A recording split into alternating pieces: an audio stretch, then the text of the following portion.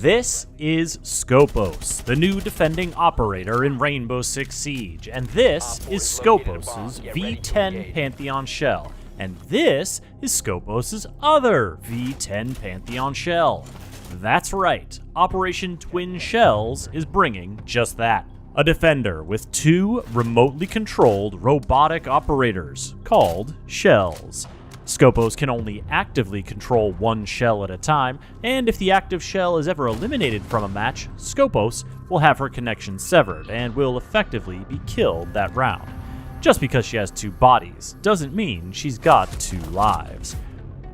But the active shell can do anything an operator can: move, shoot, and use secondary gadgets.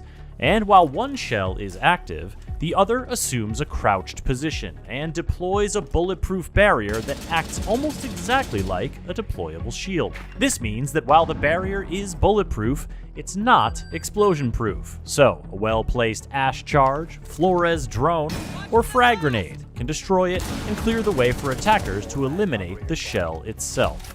The inactive shell also features a camera that Skopós and her allies can utilize. When Skopós uses the inactive shell's camera, she can switch shells, provided the shell she's currently controlling has room to deploy its barrier.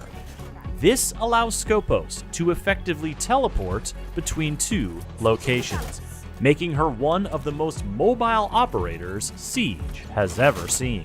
The twin shells are 2-speed, 2-health operators, and, as a general rule, the active shell acts as an operator, while the inactive shell acts as a gadget. So, while eliminating the active shell will take out Skopós for the round, destroying the idle shell just means she'll be gadgetless. Now, both shells are electronic, but the active shell does have some defenses that keep it from showing up on IQ's scanner and protect it from being disabled by an EMP. The shells are also mechanical, which means they can't be healed by Doc or Thunderbird, nor can they wear Rook's vests. But they also don't have lungs, so they're immune to Smoke's toxic babes and Fenrir's noxious effects. Countering Skopós is all about severing her connection to her inactive shell. And while we've talked about how explosions can help, attackers can also use EMPs or Dokkaebi's hack to prevent Skopós from swapping. Brava's drone can overheat and destroy the idle shell, although Skopós will be alerted to the overload in progress and have time to swap shells to cancel the effect. Be sure to keep an eye on your HUD for alerts that your idle shell is being attacked or notifications that your active shell location is preventing you from swapping. Skopós' strongest allies are those who can protect her shells, like Jaeger, Wamai, Mute, and Mozzie. But make no mistakes, Skopós is plenty dangerous on her own, bringing the new PCX assault rifle to the battlefield, as well as a P229 sidearm.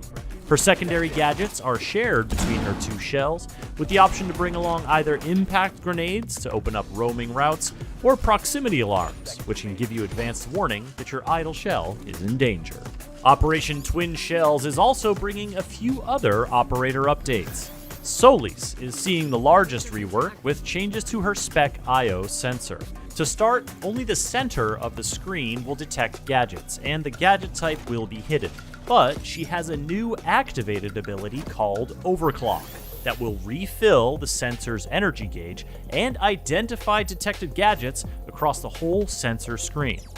While being identified with Overclock, enemy observation tools in Solis' detection range will show a warning on screen that will be visible to the players using those tools. Finally, her Spec IO scan will now last longer and can be accessed with only 25% available energy. Nøkk is getting a buff to her stealth capabilities. From now on, her gadget's energy consumption won't be time-based, but rather action-based, meaning that as long as you're not moving, you won't consume any energy, and you'll be hidden from cameras as long as you like. Dokkaebi will now start rounds with 0 charges for her logic bomb hack, and will gain 1 every 45 seconds, up to a maximum of 2 per round. Drones are also getting a universal buff, as they can now deploy a speed boost, making them harder for defenders to hit. Thankfully, you'll have more time for target practice, as you can now enter the shooting range while matchmaking. Operation Twin Shells is bringing double the pleasure, double the threat, thanks to Skopós, who will be available right from the start of the season as part of the Premium Battle Pass, and unlockable 2 weeks later with Renown or R6 credits. For the latest on Rainbow Six Siege, subscribe to this YouTube channel, or visit rainbow6.com.